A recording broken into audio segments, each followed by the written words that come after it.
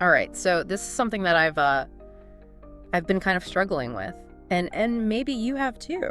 Yeah. Does prayer actually do anything, or is it just about us getting our, rolling up our sleeves and getting stuff done? We've all been there praying for a solution or a breakthrough, and then kind of wondering if we're just supposed to sit around and wait for a miracle. Today, we're going deep on how faith and productivity can actually work together. That's a great question. And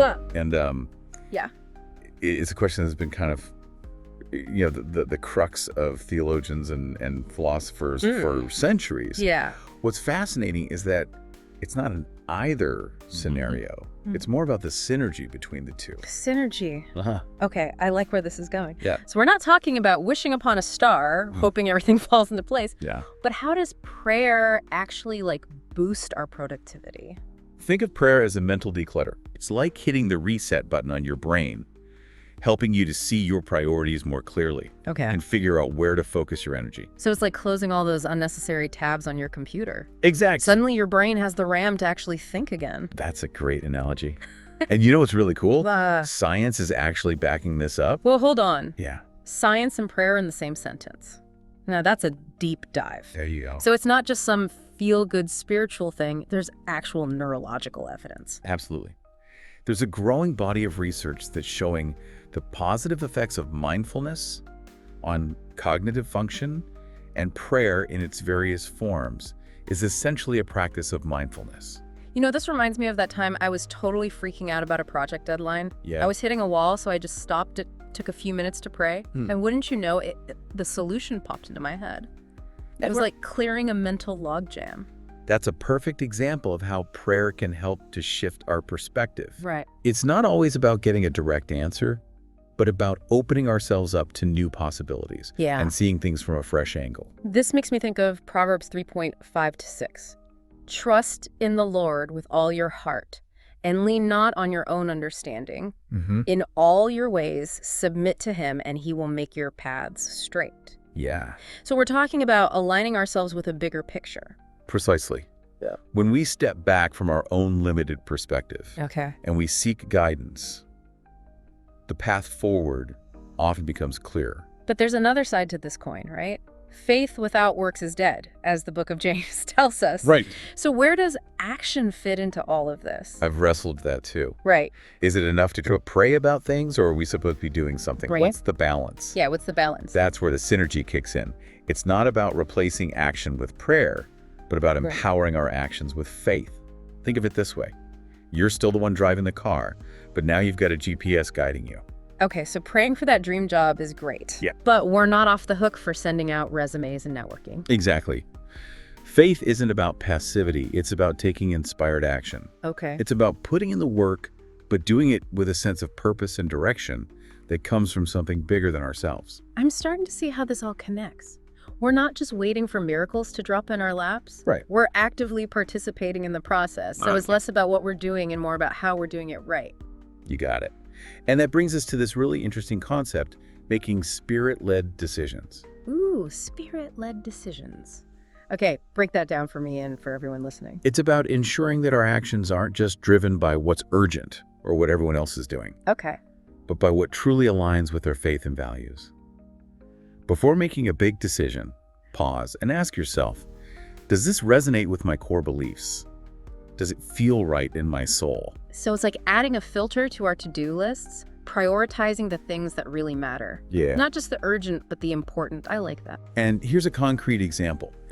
Imagine you're offered a promotion that comes with a lot more responsibility and a bigger paycheck. Okay. But it also means working longer hours and traveling more, Right. which might conflict with your commitment to family time. Right. A spirit-led decision involves weighing these factors against your faith-based priorities. That's a great example. So we're not just blindly chasing success or money. Right. We're making choices that are aligned with our deeper sense of purpose. But let's be honest, even with the best intentions, life gets crazy and we just feel pulled in a million directions. It does. How do we actually make spirit-led decisions when we're feeling overwhelmed and stressed? That's where those mindfulness practices we talked about earlier come into play. Taking even a few minutes to quiet your mind, to pray, to reconnect with your inner compass can make a huge difference. It's about creating space for that still small voice to guide you. Okay, so it's like hitting the pause button amidst the chaos and saying, wait a minute, what truly matters here? What direction do I feel called to go in? Exactly. And here's the amazing thing. When your actions are aligned with your faith, you tap into a whole new level of energy and purpose. You're not just working for yourself anymore. You're working as part of something much bigger. Whoa. Okay, there's that cliffhanger again. You're going to have to tell us more about that in part 2. You bet. We'll unpack what it means to work as part of something larger and how that can transform our entire approach to productivity. All right, everyone, stay tuned for part 2, where we'll dive even deeper into this idea of faith-fueled productivity. We'll explore how to actually put these principles into practice, how to tap into that source of strength and inspiration, and how to make our work a true expression of our faith. I love it. Okay. If you like the podcast, make sure you subscribe for the next session. So we're back, and you left us hanging with this whole idea of working as part of something larger. I did. What does it actually mean to see our work through that lens? Well, it's about recognizing that our work isn't just about us. Okay. It's about contributing our unique talents and skills to something bigger than ourselves. Something that serves a purpose beyond just our individual goals. So it's not just about climbing the corporate ladder or, padding our resumes. It's about using our gifts to make a positive impact. You got it.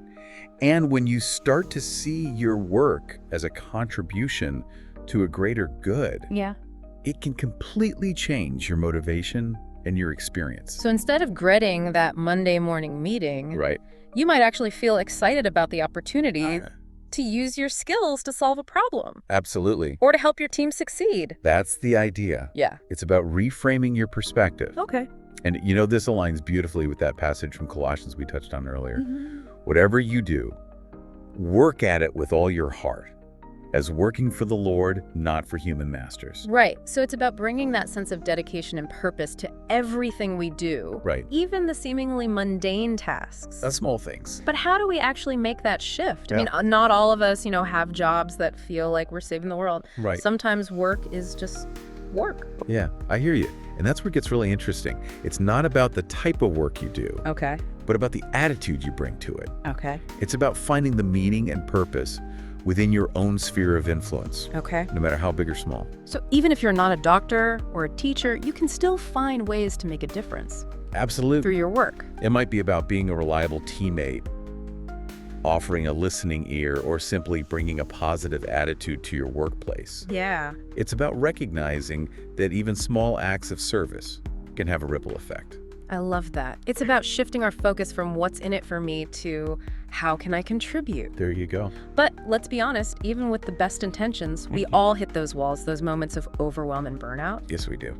How do we stay energized and motivated when the going gets tough?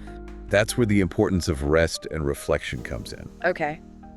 It might seem counterintuitive, but taking breaks and allowing ourselves time to recharge is actually essential for long-term productivity. So we're not talking about burning the candle at both ends. Definitely not. Pushing ourselves to the limit. Nope. There's a reason why the concept of Sabbath rest is so central to many faith traditions. Yeah. It's a reminder that we're not machines designed to operate at full speed 24/7. Okay. We need time to disconnect, to reconnect with ourselves and with something larger than ourselves. Right. To replenish our minds and spirits. That's something I really struggle with. Yeah. I always feel like I should be doing something. Right. Being productive, taking a break, feels almost guilty. I think a lot of us feel that way in our always-on culture. Yeah. But here's a different way to think about it. Rest is not a luxury. Okay. It's an investment. Yeah. It's an investment in your well-being, your creativity, and ultimately your productivity. Okay. Yeah. That makes sense. It's like recharging your phone, Yeah. so you can actually use it when you need it. Exactly. But how do we actually incorporate this Sabbath principle into our busy lives? Are we talking about taking a whole day off every week? Well, it can look different for everyone. Okay. For some, it might be a dedicated day of rest. For others, it might be shorter periods of downtime woven throughout the week. Okay. Maybe it's an evening walk in nature, an hour spent reading, or even just 5 minutes of quiet meditation. So it's about finding those pockets of stillness, those moments to disconnect from the noise and reconnect with what truly matters. Exactly. Yeah. And you know what? It's often in those moments of stillness that we receive our greatest insights and inspiration. I've definitely experienced that. Some of my best ideas have come to me when I'm not even actively trying to solve a problem. Wow. It's like my subconscious mind is working behind the scenes. Exactly. When you give your mind a break, it has space to make new connections, to see things from a fresh perspective. Yeah. And that's where creativity and innovation flourish. So we've talked about prayer, intentional action, rest, and now the importance of seeing our work as a contribution to something larger. Yeah. Is there anything else we can add to this faith-fueled productivity toolkit? Yes. There's one more powerful ingredient: gratitude. Gratitude. Yeah. How does that tie into productivity? It might seem like a simple thing, but gratitude is a game changer. Okay. When you focus on what you're grateful for, it shifts your perspective from lack to abundance. Yeah. And that shift in mindset can have a profound impact on your motivation and your overall well-being. Okay, so instead of dwelling on what's going wrong, Right. we're choosing to see the good. Exactly. Yeah. And when you start to notice and appreciate the good things in your life, you're more likely to feel content, energized, and resilient. I can see how that would translate to increased productivity. Yeah. When you're feeling good, you're more likely to show up with enthusiasm and give your best effort. Precisely. And gratitude doesn't have to be some grand gesture. Okay. It can be as simple as taking a moment each morning to acknowledge what you're thankful for, or jotting down a few things in a gratitude journal before bed. Or even just expressing appreciation to a colleague for their help. Yeah. Or taking a moment to savor a delicious cup of coffee. Exactly. Okay. It's about finding those little moments of gratitude throughout your day. Yeah. And you know what? Gratitude isn't just good for your mental and emotional well-being. It also has some pretty amazing physical benefits. Really? Studies have shown that gratitude can boost your immune system, improve your sleep, and even lower your blood pressure. Wow, I had no idea. So gratitude is like the superpower that benefits us on multiple levels. I love that. It helps us feel better, work better, and even be better. That's a great way to put it. Okay. And here's another interesting connection. When you approach your work with gratitude, it becomes less about what you're getting out of it Okay. and more about what you're giving. It becomes an act of service, an offering of your talents and skills to the world. Whoa, that's powerful. It is. It's like taking something that might feel ordinary, Right. like sending emails or balancing spreadsheets, and infusing it with a sense of meaning and purpose. That's exactly it. And that's what we'll explore in part 3, how to transform our everyday work into a true expression of our faith. All right, everyone, stay tuned for part 3, where we'll dive even deeper into this idea of work as an offering and how to cultivate a spirit of gratitude that fuels our productivity and brings us joy.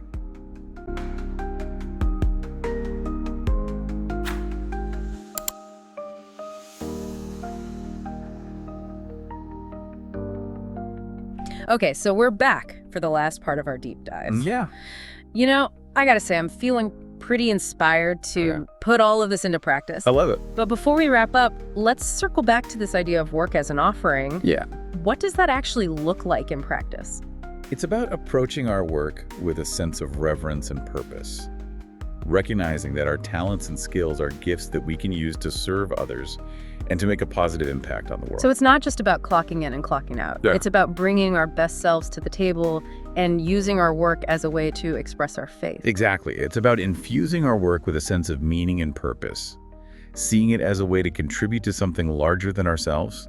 I'm really resonating with this idea. It's like taking those everyday tasks, the emails, the meetings, the reports, and elevating them to something more, something that has a ripple effect beyond just ourselves.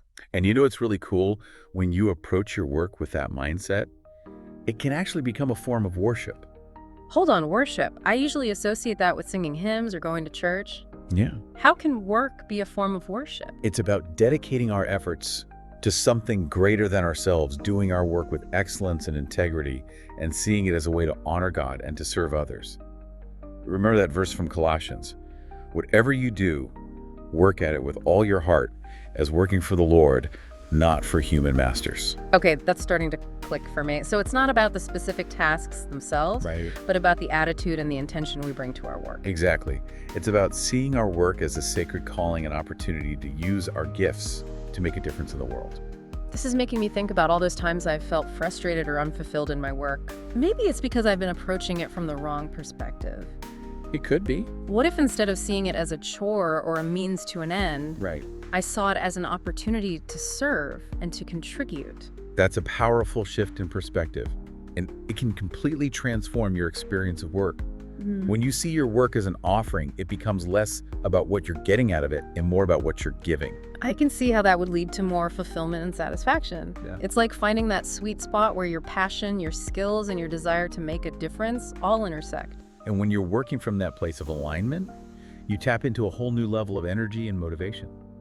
It's like you're being fueled by something bigger than yourself. This is all so inspiring, but let's get real for a moment. Okay. Even with the best intentions and all the faith in the world, we're still gonna face challenges. We are. We're gonna hit roadblocks, experience setbacks, and just have those days where we just wanna throw in the towel. Absolutely. How do we stay resilient and keep moving forward when the going gets tough? That's where those practices we talked about earlier, prayer, rest, gratitude, and community become even more crucial. When you're feeling overwhelmed or discouraged, remember that you're not alone.